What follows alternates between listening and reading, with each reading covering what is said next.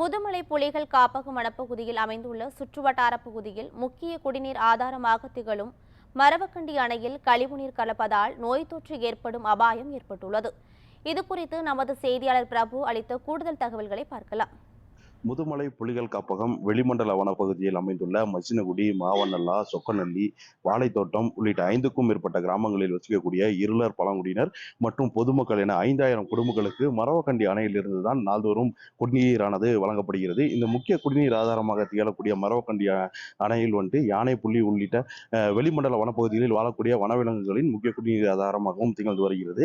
இந்த நிலையில் இந்த அணையில் அண்மை காலமாக மச்சினகுடி பகுதியிலிருந்து வெளியேறும் அசுத்தம் கலந்த கழிவு நீரானது அணையில் கலந்து வருகிறது.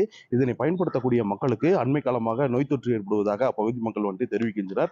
இதனால் சம்பந்தப்பட்ட அதிகாரிகள் அப்பகுதியில் ஆய்வுகளை மேற்கொண்டு கழிவுநீர் கலக்கும் இடத்தை ஆய்வு மேற்கொண்டு அதனை தடுக்கவும், சுத்திகரிக்கப்பட்ட குடிநீரை கிராம பகுதிகளுக்கு வழங்க வேண்டும் என அப்பகுதி மக்களின் ஒரு மிகப்பெரிய கோரிக்கையாக உள்ளது.